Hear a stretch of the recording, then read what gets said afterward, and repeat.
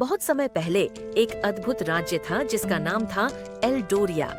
उस राज्य की रानी सलीन एक रात अचानक गायब हो गईं और राज्य अराजकता में डूब गया।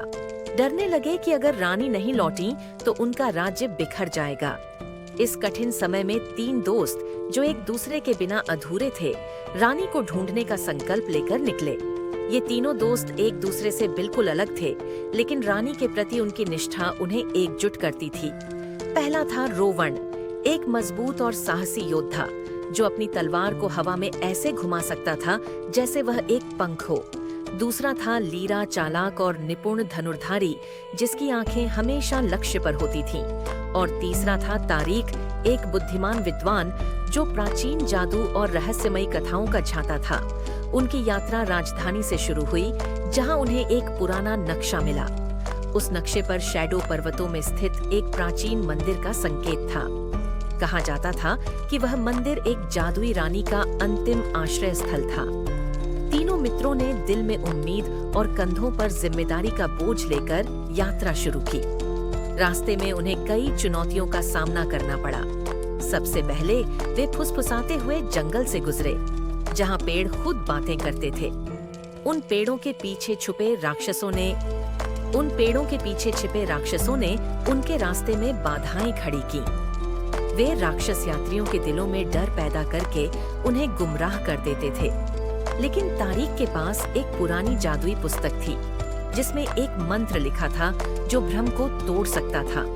उसने मंत्र पढ़ा और जंगल के फुसफुसाते पेड़ अचानक शांत हो गए। राक्षस भाग गए और तीनों दोस्त सुरक्षित जंगल पार कर गए।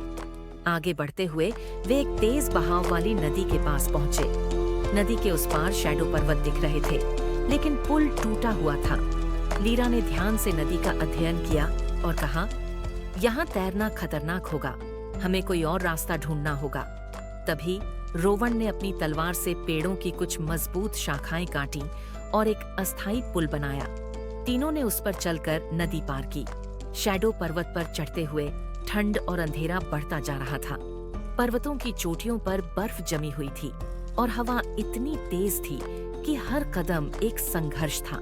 लेकिन रानी को खोजने की दृढ़ता ने उनके साहस को कम नहीं होने दिया। जब वे आखिरकार उस प्राचीन मंदिर तक पहुंचे तो दरवाजे बंद थे और उस पर एक रहस्यमयी शिलालेख था। तारिक ने अपनी जादुई किताब से शिलालेख का अर्थ निकाला। लिखा था, सच्चे दिल के लोग ही रानी को मुक्त कर सकते हैं। तीनों ने एक दूसरे की ओर देखा और बिना किसी हिचकिचाहट के दरवाजे पर हाथ रखा।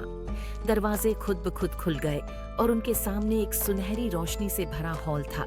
हॉल के केंद्र में रानी सलीन एक जादुई जाल में फंसी हुई थी। रानी की सुंदरता और उनकी शक्ति चमक रही थी, लेकिन वे बेहोश थीं। मंदिर के संरक्षक, एक विशालकाय ड्रैगन, उनके सामने खड़ा था। अगर तुम सच्चे दिल से आई हो तो तुम्हें रानी को मुक्त करने की अनुमति दूंगा, उसने गर्जना की। रोवन ने अपनी तलवार उठाई, लीरा ने अपना धनुष तैयार किया, लेकिन तारिक ने उन्हें रोका। यह लड़ाई से नहीं जीती जा सकती, उसने कहा।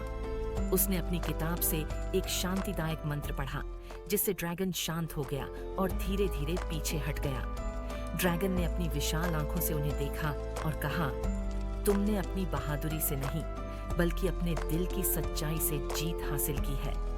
जाल टूट गया और रानी सलीन जाग गई। उन्होंने तीनों दोस्तों को आशीर्वाद दिया और कहा, तुम्हारी निष्ठा और साहस ने न केवल मुझे बचाया है बल्कि पूरे राज्य को भी। रानी के साथ लौटते ही राज्य में शांति और खुशहाली लौट आई। तीनों दोस्तों ने एक साथ मिलकर दिखा दिया कि सच्चे दिल और मित्रता की शक्ति से कोई भी कठिनाई पार की जा सकती है।